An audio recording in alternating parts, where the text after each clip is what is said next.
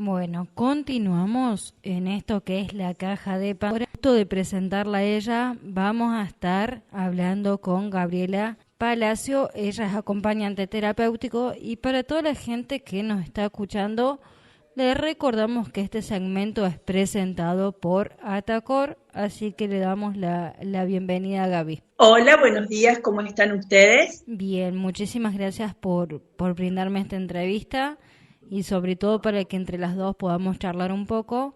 Y como en primera instancia quiero que, porque leyendo un poco sobre vos, tenés muchos títulos, muchas actividades a las cuales realizas y nos gustaría que te presentes vos para que después podamos seguir charlando sobre esta condición que nos has traído para que podamos conversar en el día de hoy. Bueno, mi nombre es Gabriela Valeria Palacio, soy acompañante terapéutico, me especialicé en el ámbito educativo en la Universidad Nacional de Córdoba. Soy alfabetizadora en lectoescritura braille, intérprete de lengua de señas argentinas nivel 2. También soy auxiliar en psicopedagogía y aprendizaje. He hecho una diplomatura en salud mental y discapacidad. También soy diplomada en Derechos Humanos. Estoy estudiando actualmente la tecnicatura en acompañamiento terapéutico, vista también de hacer la licenciatura. En este momento trabajo en el ámbito educativo con niños con diversidad funcional. Trabajo en 4 acompañamientos terapéuticos. Trabajo con niños con parálisis cerebral, con síndrome de Down, ¿sí? Con autismo y con dificultades en el aprendizaje. Bueno, una amplia trayectoria tenés, Gaby, pero sí quería que Sí. para que empecemos a adentrar esta charla que vamos a tener, ¿qué significa ser acompañante terapéutico y poder trabajar dentro del ámbito educativo? Bueno, nosotros los acompañantes terapéuticos dentro del ámbito educativo, ¿sí?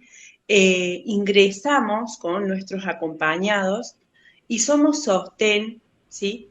Nosotros siempre estamos bordando, rozando los aprendizajes, porque bueno, estamos en el aula, estamos siempre, a mí me toca particularmente por la diversidad funcional que presentan acompañado de estar siempre dentro del aula. Yo sé que hay escuelas que no permiten que la T entre al espacio áulico, sino que se mantenga externo, pero creo que no hay acompañamiento si no hay vínculo, que es el pilar fundamental de nuestra profesión, ¿sí? Estamos para que nuestros acompañados logren autonomía, puedan construir lazos sociales, ya sea con sus pares, con los docentes y con todos los miembros de la comunidad educativa. A su vez, mi rol también roza mucho los aprendizajes porque yo he estudiado sobre la psicopedagogía y tengo un aula de apoyo escolar, así que estoy todo el tiempo tocando los contenidos educativos. Bueno, por toda la trayectoria que tenés vos, para que después continuemos hablando sobre la condición del espectro autista, que ya nos Sí, vas a contar un poco más. Veo que también realizas lo que es intérprete de lengua de señas argentinas, bueno, la alfabetización de electroescritura del sistema braille. ¿Qué importancia tiene que nosotros como ciudadanos que no estamos dentro del sistema educativo ni trabajando sobre salud mental y discapacidad podamos aprender estos dos sistemas? y es muy importante que la sociedad se capacite en estos 2 sistemas de comunicación, ¿sí? La lengua de señas, que ya tiene su ley federal, pasó a ser un idioma de la comunidad sorda, ¿sí? Justamente yo estoy armando un taller para darlo en una de las escuelas en donde trabajo, para poder ir de a poco enseñándole a los niños la lengua de señas argentina, ¿sí? Y es lengua de señas, no lenguaje, porque es propio de una comunidad, la lengua. Y tiene su gramática, ¿sí? Particular, su forma de, nosotros señamos, ocupamos mucho lo gestual, también cuando señamos, no solamente pasa por las manos, ¿sí? Por la configuración de nuestras manos, sino también por lo gestual, y cómo nosotros a su vez articulamos las palabras para que ellos puedan leer. Pero es muy importante que la gente pueda aprender la lengua de señas, ¿sí? Para poder derribar las barreras de la comunicación, así como el sistema braille, que es un sistema que, bueno, sinceramente no es fácil de aprender a escribir y tampoco es fácil de aprender a leer, ¿sí? Es un sistema que está creado desde hace muchísimo tiempo para la comunicación de la persona con discapacidad visual, y este sistema, que consta de punteos a través de la regleta y el punzón, y se escribe sobre una hoja en particular, especial para eso, y después es leída con la yema de los dedos. Normalmente se usan los dos índices, ¿sí? O el índice y el dedo mayor para leer, ¿sí? El sistema braille se escribe de derecha a izquierda, ¿sí? Se puntea con ese punzón, se escribe de derecha a izquierda, pero se lee, como leemos normalmente nosotros un texto, la persona con discapacidad visual va a leer de izquierda a derecha porque lo hace sobre el punteo. Pero es importante que la gente lo pueda aprender, ¿sí? Para derribar estas barreras que te comento, de la comunicación especialmente. Tendrían que, así como tenemos la lengua o la literatura, deberían de ser dos materias que estén incluidas dentro del sistema educativo. Para mí sí. Sobre todo la lengua de señas es fácil de aprender. En las escuelas que trabajo, yo me propuse enseñar el himno, por ejemplo, todos los actos se canta el himno en lenguas de señas también, porque tenemos que pensar, ¿sí? En una sociedad más inclusiva, ¿sí? El braille, no hay mucha gente que se dedique a alfabetizar en braille, así que es como más complicado, pero la lengua de señas hay mucha gente que aprende la lengua de señas, ¿sí?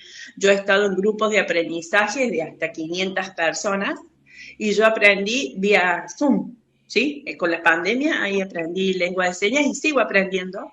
Ya estoy en el nivel 3, así que bueno, es muy lindo porque uno puede enseñar, y no solamente a la persona con discapacidad visual, yo también lo utilizo con los niños con parálisis cerebral.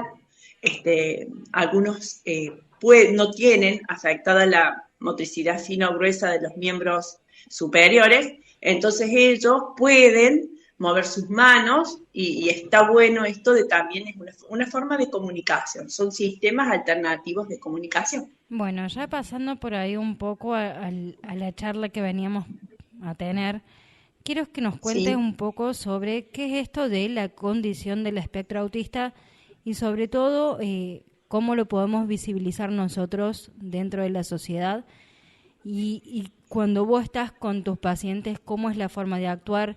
¿Trabajás sola o trabajás con un equipo? Bueno, nosotros los acompañantes terapéuticos trabajamos con un equipo interdisciplinario, siempre supervisados en nuestro trabajo.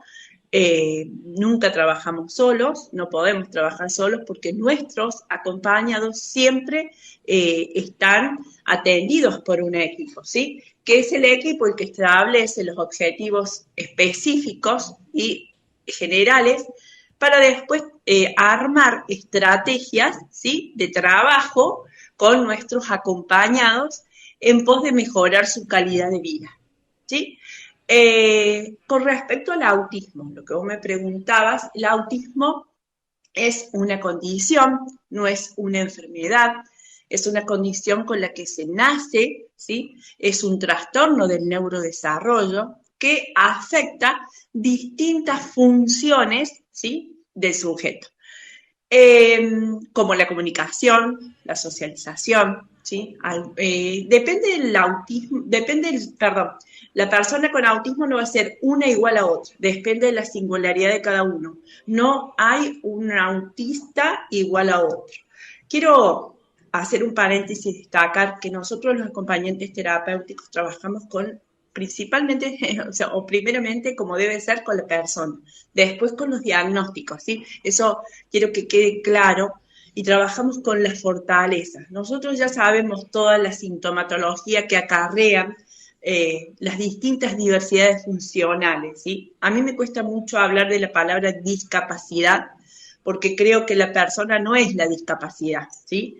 es el entorno, el discapacitante. El que crea la discapacidad es el ambiente, con las barreras que genera la propia sociedad de comunicación, barreras físicas, barreras actitudinales, etcétera. Y pasa con el autismo, ¿sí? Que nosotros vamos a poder intervenir eh, o abordar a un acompañado, ¿sí? Teniendo las herramientas necesarias para eso, ¿sí? Nos tenemos que capacitar, porque ellos necesitan, ¿sí? Mucho de esto de poder anticipar, ¿sí? Con ellos hay que trabajar la anticipación, con ellos hay que trabajar las rutinas, con ellos hay que trabajar la comunicación, que para eso hay distintos métodos y sistemas, por ejemplo, los sistemas alternativos y aumentativos de la comunicación, como los pictogramas, ¿sí?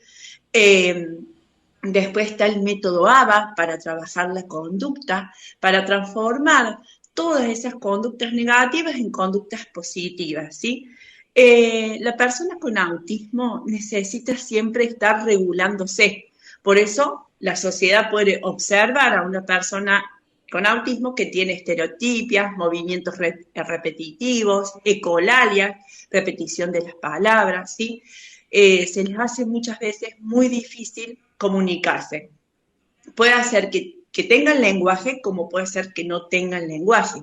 Puede ser que tengan muy afectado su parte intelectual como que no tengan tan afectada la parte intelectual, la parte cognitiva y puedan aprender más rápido y mucho, ¿sí? Por ejemplo, yo tengo en el aula de apoyo escolar un niño con síndrome de Asperger, eh, para que ustedes comprendan, dentro de la condición del espectro autista existen diversos síndromes como el síndrome de Asperger, el síndrome X frágil, el síndrome de Rett, ¿sí? Es un trastorno generalizado del desarrollo, el autismo típico. Entonces, yo tengo este niño, ¿sí? Que está dentro de esta condición con síndrome de Asperger y su sintomatología es muy particular. Por ejemplo, la persona con autismo, particularmente con el Asperger, también tienen mucho esto de le cuesta mucho la parte sensorial. Hay algunos colores que tienen rechazo, un bajo umbral auditivo, ¿sí? O sea, su parte sensorial, ¿sí? Funciona de otra manera. Pero ellos, sobre todo la persona con Asperger, porque me ha trabajado trabajar siempre con Asperger, ellos cuando les gusta un tema, cuando les interesa un tema en particular, son especialistas en ese tema. Estudian, leen, investigan y se hacen, por ejemplo, el niño con el que trabajo, él es especialista en los dinosaurios. Se sabe en qué época aparecieron, los nombres, todo. Es increíble, ¿sí? Su coeficiente intelectual. Él no tiene dificultades en el aprendizaje, ¿sí? Tiene todo 10, va a tercer año. Y los papás lo envían por una cuestión de que los papás se quieren asegurar de que si hay algún inconveniente en el aprendizaje, yo lo pueda contener. O esto de poder también trabajar con él esto de los lazos sociales, porque muchas veces ellos son muy selectivos, ¿sí? Seleccionan personas, seleccionan objetos, ¿sí? Se apropian de esas cosas o de las personas. Puede ser un juguete, puede ser una taza, puede ser una cuchara, puede ser tener un solo amigo o dos, o sea, son muy selectivos, ¿sí? Entonces ellos se apropian de eso, digamos, es como que yo por ahí escucho decirle a la gente, están en su mundo, no están en ningún otro mundo, están en este mundo, en esta sociedad, que sí practicamos la empatía un poquito más, que me parece que es el pilar fundamental, ¿sí? Y tratamos de comprender al otro, ¿sí? Y tratamos de ponernos de ese otro lado, vamos a poder hacer una sociedad más justa, más inclusiva, ¿sí? Y con menos barreras discapacitantes. Hoy en día, una de las preguntas que yo me hago siempre y cada vez que escucho a un acompañante terapéutico es, normal. Hoy en día, ¿qué es lo normal? ¿Uno es normal? creo que creo que vos dijiste una palabra hace un rato que me llamó mucho, diversidades. Una palabra Ujú. que a mí también me gusta un montón. Nosotros que somos llamados o considerados normales, también tenemos nuestras diversidades.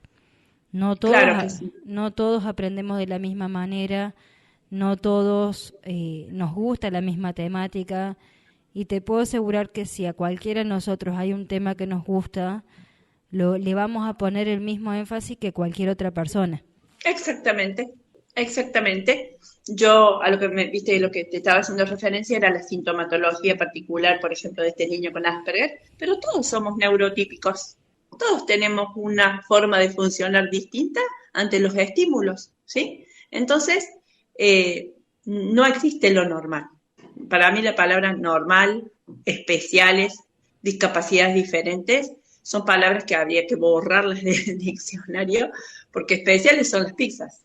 Capacidad diferente tiene un vaso y un balde, ¿sí? Claro, la La palabra capacidad de... discapacidad, persona con discapacidad, tampoco. La persona no tiene ninguna discapacidad. Nadie es incapaz, ¿sí? Tiene una diversidad funcional. Funciona de forma distinta y todos somos diversos y todos funcionamos distinto a los estímulos, ¿sí? Del exterior. Sí, o una capacidad diferente de aprender. Yo tengo una capacidad, el Exactamente. resto tiene otra capacidad. En realidad yo no diré capacidad, yo diría el resto de la sociedad tiene otra forma de aprender diferente a la mía. Exactamente, es así. Todos somos distintos, todos tenemos tiempo. Por ejemplo, en el aprendizaje, no todo el mundo va a aprender de la misma forma, ni al mismo tiempo, ni con la misma estrategia. Todos somos singulares, ¿sí? Nosotros trabajamos con la singularidad, los acompañantes terapéuticos de las personas, son todos distintos. Entonces, no veo por qué muchas veces se segrega, se invisibiliza, se estigmatiza tanto a las personas con diversidad funcional, ¿sí? Por ejemplo, como estábamos hablando de autismo, el autismo no presenta rasgos físicos, por ejemplo, ¿sí? Cuando el niño o adolescente puede entrar en una conducta disruptiva, porque hubo algo que, o sea, lo que nosotros tenemos que aprender a trabajar son las funciones de la conducta disruptiva, ¿sí? Ya sea en autismo o trastorno por déficit de atención e hiperactividad, que también suelen tener conductas disruptivas o conductas desafiantes, nosotros tenemos que trabajar a aprender cuál es la función de la conducta. ¿Qué pasó antes? ¿Qué desencadenó la conducta? ¿Qué pasó después? Ese es el método ABA, aplicado a lo conductual, ¿sí? Entonces, a ver, ¿por qué este niño? ¿Qué pasó? Normalmente la gente se queda mirando porque el niño con autismo cuando entra en conductas disruptivas puede gritar, pegar, tirar, romper, patear, ¿sí? Nosotros ahí ponemos el cuerpo, los AT, tratando de contener, de abrazar, ¿sí? De tratar de volver a regular a esa personita que a mí me toca en el ámbito educativo, pero hay personas adultas con autismo diagnosticadas en la adultez que recién ahora saben por qué les pasa lo que les pasa en distintas situaciones. Por ejemplo, creo que hay una periodista, me parece que es Majulosa, ¿no? Que ella Sí, dijo los otros días que hace poquito recibió su diagnóstico de autismo, sí, ¿sí? lo recibió de hecho de adulta. Exactamente. Y bueno, ella ahora dice, yo estoy feliz. Yo la leí a ella y dice, yo estoy feliz porque ahora sé por qué me pasaban determinadas cuestiones relacionadas con mi entorno, con el espacio en que vivo, con los ruidos, con algunas luces, con algunos colores, ¿sí? Entonces nosotros como sociedad tenemos que aprender a no estigmatizar, a no invisibilizar al otro, ¿sí? Lo que debemos aprender es a ser empáticos, ¿sí? A tratar eh, de aprender, buscar herramientas. Yo siempre digo, nosotros los acompañantes terapéuticos que tenemos que estar en una formación constante y continua, ¿sí? De nuestra profesión, porque la profesión es un rol en constante construcción, ¿sí? debemos formarnos, capacitarnos para poder tener herramientas para trabajar con la diversidad funcional, ¿sí? O con alguna patología de salud mental también. Entonces, para mí pasa por ahí, ¿no? Esto de aprender. Creo que muchas personas actúan o reaccionan a determinadas situaciones por desconocimiento o falta de información. Como por ejemplo, un ejemplo así, hay escuelas que les cuesta abrir sus puertas a la diversidad, ¿sí? La escuela común, que ahora abrió sus puertas a la diversidad, hay escuelas que he escuchado, porque yo doy cursos, trabajo para 2 institutos de Buenos Aires, doy tallerista en bullying y en estrategia de intervención en autismo, y he escuchado a muchas mamás que realizan estos talleres para tener más herramientas para brindarles a sus hijos, que deambulan por las escuelas que no reciben a los niños con esta condición y tampoco reciben a un acompañante terapéutico y tampoco a un maestro de apoyo a la inclusión. Cuando se abre las puertas de las escuelas comunes a la diversidad, a mí me parece que ha faltado la capacitación de los docentes, ¿sí? Que por eso muchas escuelas no quieren recibir. Eso es una barrera, ¿sí? Es una barrera actitudinal. Yo trabajo en el ámbito educativo, por eso hablo de que muchos docentes me dicen, yo no me prepararon para esto, yo no sé cómo trabajar con la parálisis cerebral, por ejemplo. Bueno, primeramente no estamos trabajando con la parálisis, estamos trabajando con una persona que tiene ese diagnóstico, bueno, ¿sí? ¿Cómo vamos a trabajar? Bueno, a las 2 niñas con las que yo trabajo, ninguna tiene lenguaje, tienen muy afectada su motricidad gruesa y fina. ¿Cómo trabajo? Trabajo con las emociones, ¿sí?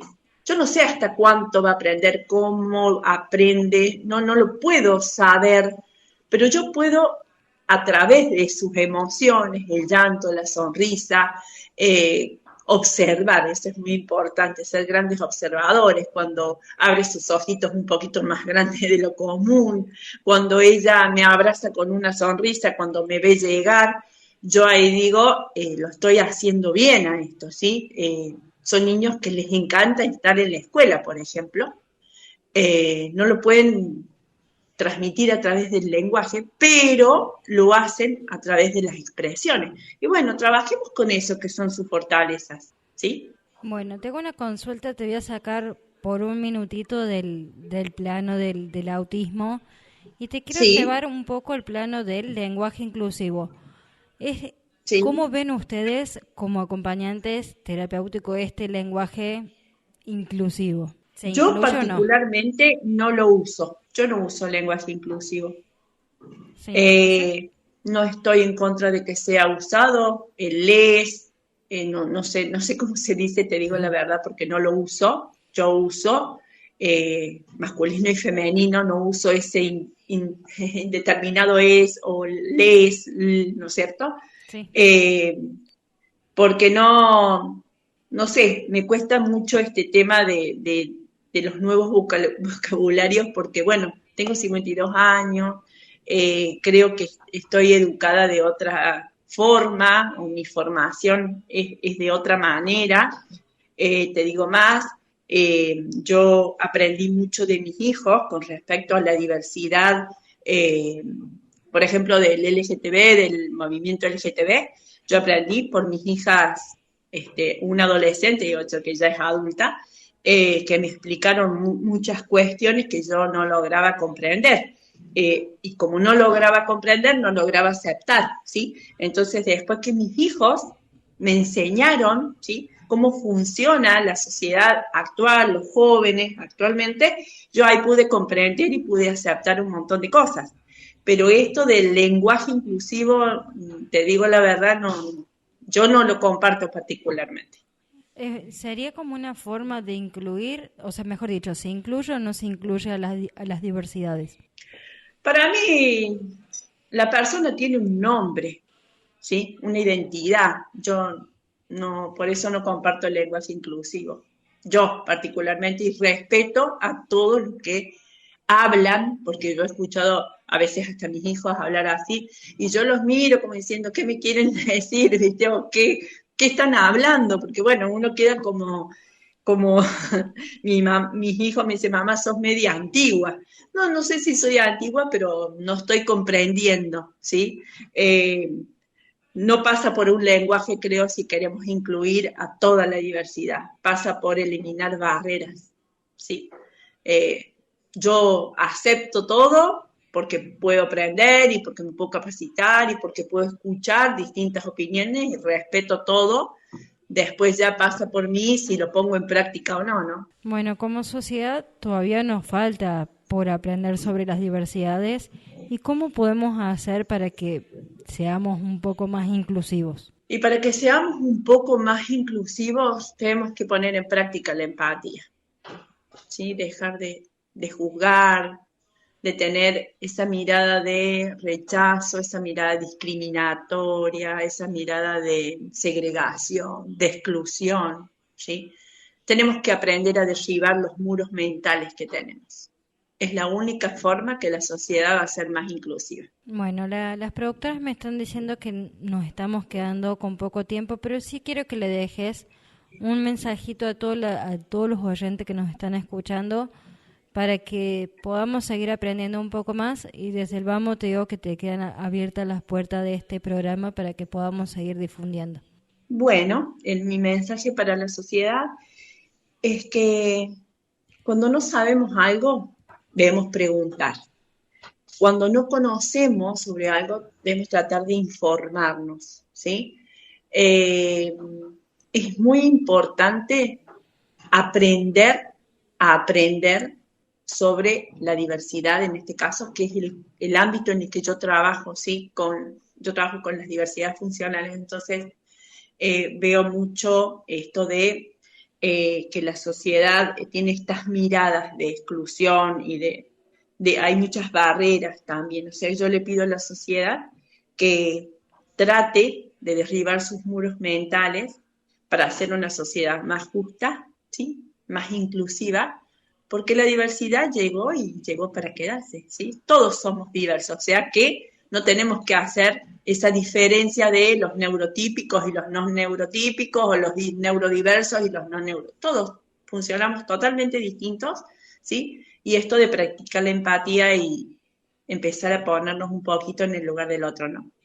Bueno, te agradezco un montón por haber estado con nosotros, por haberme brindado esta entrevista y espero que sea una de las tantas charlas que podamos llegar a tener entre nosotras. Dale, no, genial. Muchísimas gracias a ustedes por convocarme y cuentan conmigo para lo que necesiten. Bueno, muchísimas gracias, Gaby. Y Gracias a ustedes y seguiremos gracias en a su contacto. audiencia. Chau, chau. Gracias.